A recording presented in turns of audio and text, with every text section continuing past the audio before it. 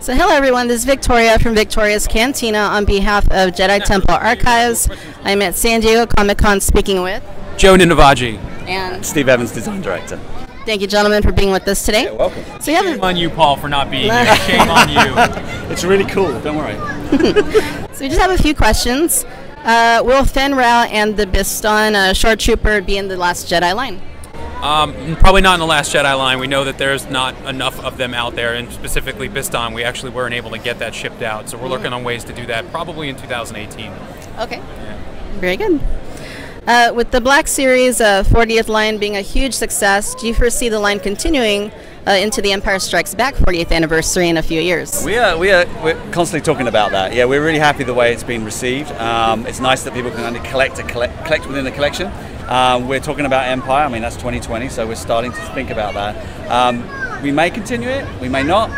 This is not going to continue now. We may save it for celebratory kind of events, or we may never do it again. I don't know yet, but people liked it, so I think it'll come back. But just when we do it, don't know. We all loved it. Yeah, but there's a lot of Empire ones could work. I've already kind of worked out which ones would go in. Oh wow! So we'll see. Promising. So there have been several rumors about the production of the 40th anniversary line. Many of the figures, like R2 and Han Solo, and much of the Wave 2, are commanding a high premium on eBay and online. What is the current situation with production, and can collectors expect to add these figures to their collection without spending a lot of money? Yeah, I'd say Wave 1 is definitely kind of coming to an end. However, Han and R2, the two figures that you kind of pointed out, we're shipping more of those because we know that they're unmet demand.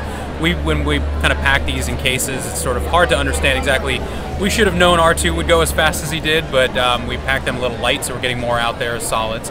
And then Wave 2 is actually just starting to hit shelf now, so no panic on that. There'll be plenty of them out there to get. I mean, I've been seeing a lot of people saying, hey, found it at this Target store, found it at this Target store. Even the last couple of weeks, it's kind of like rolling out a little bit more. But I saw them in Japan a few weeks ago. There you go, everyone jump on a plane to Japan. in the EU, we've had fans here that those have been canceled. We definitely under-ordered for the EU, but we've gone ahead and produced more, and those will be getting out there later in the year for EU fans. So they're being made.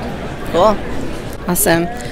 So at San Diego Comic-Con last year, you displayed a gray-haired Han Solo. And Steve, you mentioned on Instagram that retailers can order a solid case of it. Is that still the case? And will it ship in a future wave so people can get it? I think what I said is that we always usually do solid cases of figures. I know that the Han Solo, we kind of went back and made the grey hair, and then we showed one here. So it was all sort of like a pre-production kind of, so it's ready to go. If it ever gets ordered, and I don't quite know how retailers work with that, but if it ever gets ordered, that's the one will come out. I think we mentioned yesterday that some were shipped. Very small, low quantity. Like watching Steve squirm with this question. I know. It's making him go great. We've done him, and we are going to get him back out there soon. We're going to do solids and also try to get him assorted in a new case pack because a lot of people do have the brown-haired version, but not the gray. So he's coming. Sure. Just give us a few months. Awesome. But there must be some out there. Yeah, there are some out there. It's just very limited. If you've got one, well good done. For you. Yeah, haven't seen a when he gets single made one. again, he will have grey hair. Sweet. So are there any plans to reissue some of the older 6-inch figures like a Darth Maul, Boba Fett, Anakin Skywalker? Yeah, we've been talking about that a lot lately, especially since we have new fans getting into Black Series and they can't access the figures from Fall 13 and the early days. So we've been discussing doing sort of a greatest hits collection or different ways of, from solid pack perspective online, getting those figures recirculated. So I'd expect to see something in 2018 and beyond, getting some of those earlier figures out there. Cool. Yeah. Awesome. It's like a greatest hits type line, possibly. Yeah, I think it's a balance because you've got the original packaging, right? And fans who got that first, they want to have those. Yeah, you don't want to. Yeah, it's like you I don't know if you want to repack them. Yeah, right. I don't want to force people to buy them again. Exactly. It's tricky. Yeah. It's like I can't get them, or I don't want to buy them again if we bring them out in a new pack. Sure. So it's. Yep. It's an interesting challenge, but we'll tricky. solve it and we'll get it out there for sure. Right on. Yeah. So the return of the vintage collection, it's one of the most exciting announcements that you guys have made in a while, and a lot of collectors are excited. So what we're kind of wondering is the Scarif Stormtrooper. That wasn't shown yesterday at the panel. Is that something we can see again at a later date? I think so, yeah. I mean, we sat down, we have a certain amount that we're going to bring out, and I'm going to be, I've made it very clear to people I've spoken to here, it's like, it's not going to be like 60 a year. It's like we kind of release a certain amount, and we weighed up like Death Trooper or Scarif Trooper, and what we actually kind of wanted to do was make sure that we chose figures that kind of went with the assault tank, and like it was more likely to have Death Troopers near the assault tank than the Scarab Troopers. So storytelling decisions like that happen quite a lot. But you know, if people will go, "Oh, you idiots! What are you doing? Don't do Death Trooper, do the Scarab Trooper instead," or vice versa, then let us know. Yeah, and that's why I said it's a conversation. So things like repacks and things, I want to kind of hear, and I have been hearing on, especially on your forums. Were there Death Troopers on Jedi? No, but there's more likely to be there. I think because like, you know, the Scarab Troopers are very specific to like beach. Gotcha. Kind of tropical, pina colada kind. Tropical. So yeah, story decisions like that. But yeah, we'll get to it. So occasionally Hasbro has taken 6-inch figures and made them into 3 3/4-inch figures. Chewbacca from the Black Series a few years ago was a good example of that happening. And there are some really terrific new 6-inch figures like the 40th Vader, Princess Leia, Lando Calrissian, and the consensus by collectors is they'd like to see more of those, like shrunk down for the definitive versions to have in 3 3/4-inch. What do you guys think about that? Yeah, I mean the sculptors do sculpt at both sizes. There's a little, you know, you can obviously scale up. The articulation's a little bit different, but they do use key assets when they have them. So they do both go up and go down. So. Yeah, the Vader was a great success. I think you'd agree. I mean, it's that definitive kind of it's very pure Vader. So, you know, if we go do another Vader in TVC, we would probably kind of look to kind of street that one. Oh, that'd be awesome. Yeah. Okay, so building on that line of thinking, will the vintage collection contain a little bit more 40th anniversary love than what has been announced thus far?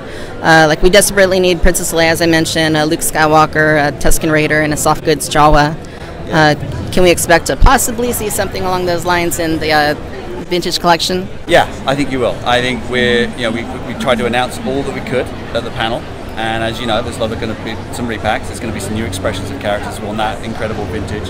We're sort of starting to plan out now, and there's a lot of opportunity to kind of go and revisit those classic characters. We won't get to all of them all in one go. It's just impossible. We know how many things they want. It's like, do I do a Leia? Do I do a yak face? Who do I do? So yeah, let us. As I said, let us know, give us your priority list and things like that. It's good fun. It's how we do it. But yeah, we're planning out. There will be more classic stuff. Won't still be repacks. Well, that's great to hear. So the Tonica sisters, how's that situation changed at all? Do you have the rights to at least one of them? I had an interview where she was being interviewed and sort of gave a background on it. Who did that? Yeah. Was it you? Oh, was it you? Yes. Oh, fantastic. There we go. Yeah. So you tell me. There's no change for us that I've heard. As far as I know, it's not going to happen. Okay. They placed highly on the fan vote, but I guess that restriction. Got it. I just tweaked who you are. I'm so sorry. You're moonlighting. Yeah. For changing. In the 90s, Kenner produced some cardboard dioramas, and I still use them to this day. I think they're great, and they're cheap, and they add a whole other dimension to shelf displays. Yeah. Will you please consider producing more of these? I will consider very seriously that. Yes, I like playsets. So watch your space for some kind of cool playset use. Sweet. So you said the vintage collection has to be a conversation. So one conversation is an unbridled desire for characters from Jabba's palace and the Cantina, as well as gift cards. And many hardcore collectors feel that this is there's much untapped potential in these two areas. Can you please spend some time considering more Cantina aliens, Jabba's palace aliens, and more gift cards when you're planning out vintage? Absolutely. It's kind of one of the main reasons we did bring it back. It is. And it's to get to that. It's not just to kind of repack stuff in new packaging and sell it again, the same thing. So, you know, I'm aware that Yakface and Simalu, you know, got a complete Love 92 and certain Jabba's stuff. So that's exciting. So you want to complete those 92? Do you? I think you guys want to, I so wouldn't we'll mind. see. Yeah. So it's those kind of little stories that we like to kind of meet. So we'll see. Cool. Simalu came in and accosted me yesterday. Oh, did he? It was massive. He was like, Oh, wow. Okay, the Stormtrooper, Rogue One. You made a 5 POA version. Awesome sculpt. Probably your best one yet. Yeah. Is any chance we'll see that in super articulated form? There's a pretty strong chance of that. I mean, the good thing about things that we would potentially redo, because I know we spoke about always bringing new stuff on to vintage collections. The Stormtrooper is probably one of those. I know because the one that's on there at the moment isn't as good as the one we kind of did for Rogue One. That's the first time actually had a scan of the whole armor on a decent sized actor that had got the right proportions. So I would consider that. Yeah. Awesome. Will you please consider making this a reality? 1985's Power of the Force line to the vintage collection, complete with all the coins, especially the higher MSRP of the vintage collection, which will presumably be a little bit higher than what we're used to.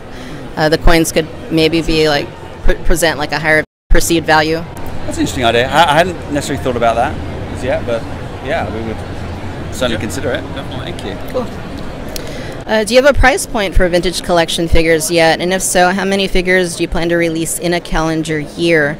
If you release a figure that peg warms, can you start working with retail to remove those figures again? And we would like to see Wave 2 hit pegs, so not like, Wave 1's blocking them out. No, absolutely. We're working on a price point. It'll probably be somewhere between $10 and $15, somewhere within that range. The peg warming thing, we hope none of the figures peg warm, especially with vintage. This is kind of a question to you, or a request from you. You guys have done such a good job already, sort of picking up the mantle of letting us know what you want. Help us prioritize those. I think we're going to try to get as many out there a year. As Steve said, it's not going to be a case of like 2010 where we're doing 60 a year.